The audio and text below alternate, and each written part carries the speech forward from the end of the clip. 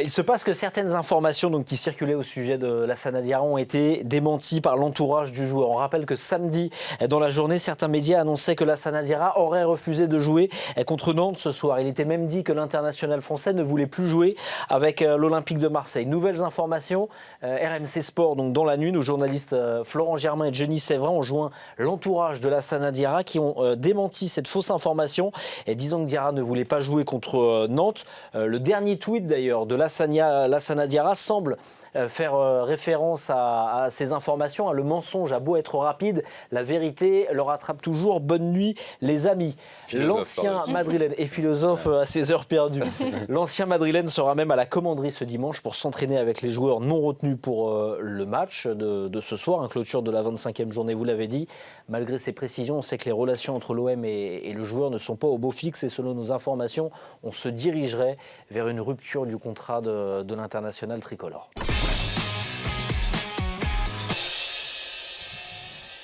Et c'est 16 à 2, maintenant 2 victoires seulement du record qui est pourtant récent des Blacks. 18 succès consécutifs, on se souvient, arrêtés par l'Irlande en fin d'année dernière. Quel travail d'Eddie Jones, Philippe, sur cette équipe d'Angleterre. Difficile d'imaginer ça au sortir de la Coupe du Monde quand même. Non. Oui et non. D'abord, pour revenir sur hier, il y a eu un match d'une intensité. J'avais l'impression de Nadal-Federer. Voilà. Ils se rendaient coup pour coup. Voilà, d'une intensité exceptionnelle. Après les Anglais ont fait une saison exceptionnelle l'année dernière parce qu'ils ont été invaincus sur 13 tests. C'est vrai qu'Eddie Jones a amené de la confiance. Il a amené, on va dire, 2-3 petits changements qui a été vraiment bénéfiques. Mais après, il y avait quand même une très très belle génération de joueurs qui étaient passés à travers en Coupe du Monde parce qu'ils étaient dans la poule de la mort. Ils ont loupé un match, c'est contre le Pays de Galles.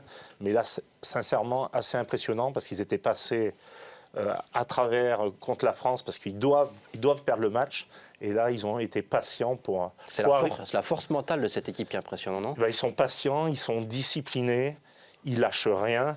Et puis, ils ont quand même des joueurs de grands talents. Et à la fin du match, arriver à marquer cet essai à Cardiff, chapeau.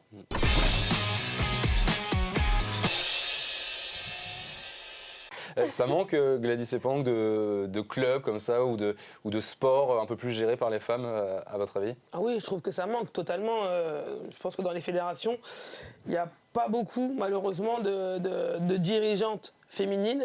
C'est vraiment un univers très masculin. Et voilà, justement, avoir un club comme ça, je trouve que c'est bien. Ça sert un peu d'exemple, ça sert de repère et ça peut donner de l'inspiration, justement, à d'autres clubs. Donc, c'est une très belle initiative. Dans le judo, juste, Automne, c'est très rare de trouver des femmes qui... Non, nous, on a Lucie Decos qui est entraîneur, Séverine Vandenaine. Non, on a Cathy Fleury. Dans le judo, on est quand même assez bien représentés. Parce qu'on est très fortes, les filles au judo. C'est ça.